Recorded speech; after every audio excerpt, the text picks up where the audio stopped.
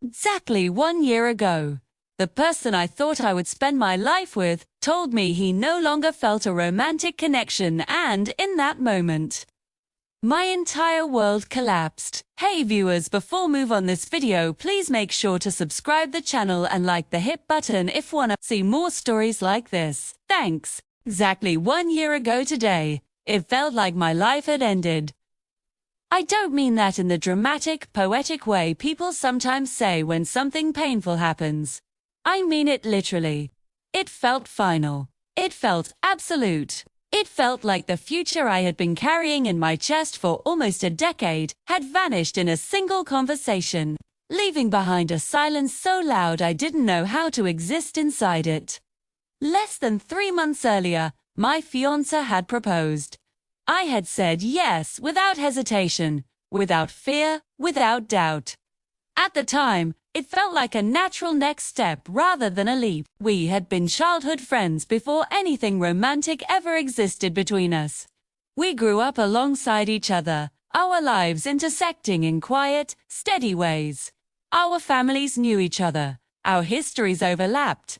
When we officially started dating at 20, it felt less like the beginning of something new and more like the continuation of something that had always been there. By the time we were nearing 30, our lives were deeply braided together. We built a house together from the ground up. We made decisions as a unit, financial, emotional, practical. We shared holidays, traditions, routines. We hosted dinners. We argued about paint colors and grocery lists and which side of the bed was whose. We talked about marriage not as a hypothetical, but as a plan already in motion. I genuinely believed I was planning the rest of my life. So, when we were actively looking at wedding venues, scrolling through photos, discussing dates, imagining guests, and he told me he no longer felt a romantic connection, my brain simply stopped working. He said he couldn't move forward. He said something felt missing. I said, I should have been the right person, given our history, given how well we worked on paper. That sentence lodged itself deep inside me. I replayed it over and over, dissecting every word. Should have been. Missing. I wondered what invisible flaw I carried that erased 9 years of love. I wondered when it had started. I wondered how I had missed it. I didn't just lose my partner that day, I lost my sense of reality. The person who knew me better than anyone else, the person I had trusted with my entire future, was suddenly gone. Not because of betrayal or cruelty, but because something intangible had disappeared for him. There was no villain, no clear reason, no dramatic explosion. Just a quiet ending that felt impossibly loud inside my chest. I truly did not think I would survive that breakup. At 29 years old, I left the home we had built together. I packed my life into boxes that felt heavier than they should have been, each one a reminder of plans that would never happen. I moved out not just of a house, but out of a version of myself that had existed for almost a decade. Starting over wasn't empowering, it was terrifying. It felt like falling backward while everyone else kept moving forward. The early days were brutal in ways I didn't know were possible. I wasn't living day by day. I was living hour by hour. Sometimes minute by minute. I had an hour-long commute to work, and I drove it in complete silence because music hurt too much. Every song felt like it was written specifically to undo me. Lyrics stabbed up places that were already bleeding. Silence was the only thing I could tolerate. At work, I barely functioned. I smiled when I needed to. I answered emails. I sat through meetings while my thoughts felt distant and distorted, like everything around me was happening underwater. Time moved. Strangely, days dragged on forever, but weeks disappeared without me noticing. When people asked how I was doing, I learned how to say fine automatically, even when my insides felt like they were collapsing. Grief rewires your senses. Food lost its taste. Colors dulled. Sleep became erratic. I slept too much and not enough at the same time. Nights were the worst. The choir gave my thoughts too much room to roam. I cried in parking lots, in grocery store aisles, In the shower where the sound of the water could hide how hard I was breaking down. I remember standing in a kitchen one evening, staring at a plate of food, unable to remember the last time I'd eaten a full meal. There were moments when my thoughts scared me, moments when the pain felt endless, and I couldn't imagine a future that didn't include him.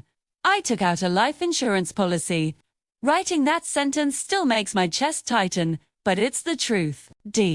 I didn't know how to imagine a life beyond the one I had lost, and the absence of that vision felt unbearable. In my desperation, I came to the subreddit. I searched endlessly for any stories that might convince me I wasn't alone, that this pain had an expiration date. I needed proof. I needed hope, borrowed from strangers because I had none left of my own. At the time, I struggled to find posts that spoke to where I was. I saw people who were further along, who seemed functional, even happy again, and I couldn't relate. I felt like an exception to every reassuring rule about healing, too. That's why I'm here now, 1 year later.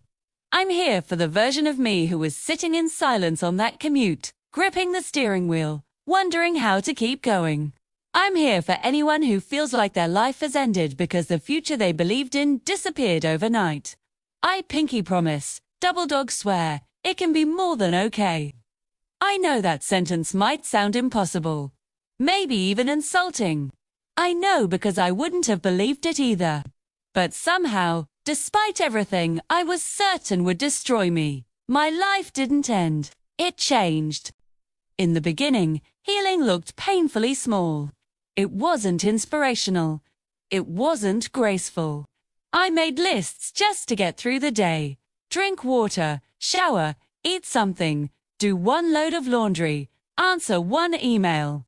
These weren't productivity goals, they were survival strategies. Some days, crossing off 1 item felt like an accomplishment. Other days, I failed completely and had to forgive myself for it. One of the most transformative aspects of this past year was rediscovering friendships and learning to lean into support in a way I never had before. I had friends who had been constants, of course, but I had never fully realized how much their presence mattered until I needed it most. There were evenings spent on long phone calls with friends who didn't ask me to be over it yet, who didn't push me to move on, who simply held space for my pain. I cried to them, sometimes silently over the phone, sometimes in messy fits of grief that left both of us exhausted. And they didn't flinch.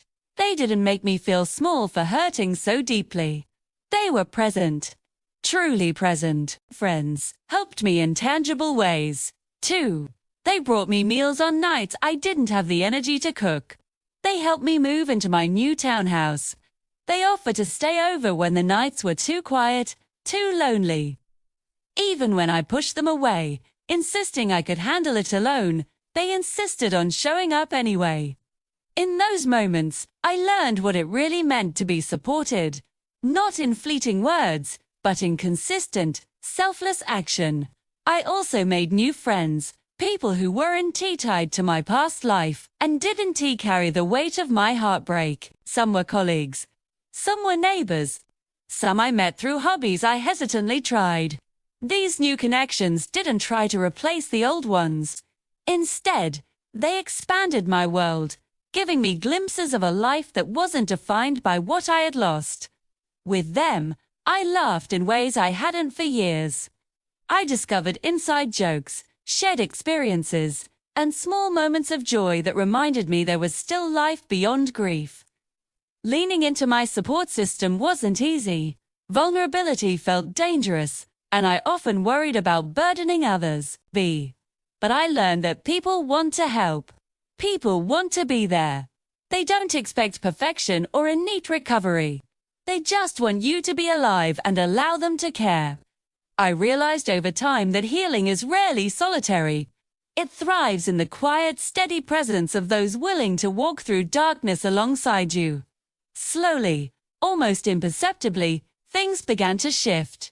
I started building routines, not because I felt ready, but because structure gave my days shape. I tried new hobbies even when fear told me I would fail or feel foolish. I learned how to be alone in a way I never had before. The lonely kind of alone, but the quiet, grounding kind. Over the year, I lost 47 pounds, not as punishment, but as a byproduct of choosing myself consistently. Even romantically, life surprised me. I recently met someone new. He is kind, thoughtful, funny, and intentional. He truly sees me. A year ago, I would have sworn this was impossible. Losing the home I shared with the person I thought was my forever was one of the hardest parts. I had poured so much love into it. But today, I come home to laughter, light, and support. Holiday. I don't walk on eggshells. I breathe freely. This is not how I thought my life would look at 30. But somehow, it became something more. If you're in the thick of it right now, please keep going. The pain you feel is not a prophecy. 1 year ago, I thought my story was over. Today, I know it was only beginning. It can be better than okay. It can be better than before. Thanks for watching. Make sure to subscribe the channel and hit the like button. What you thinks about this story, share in the comments.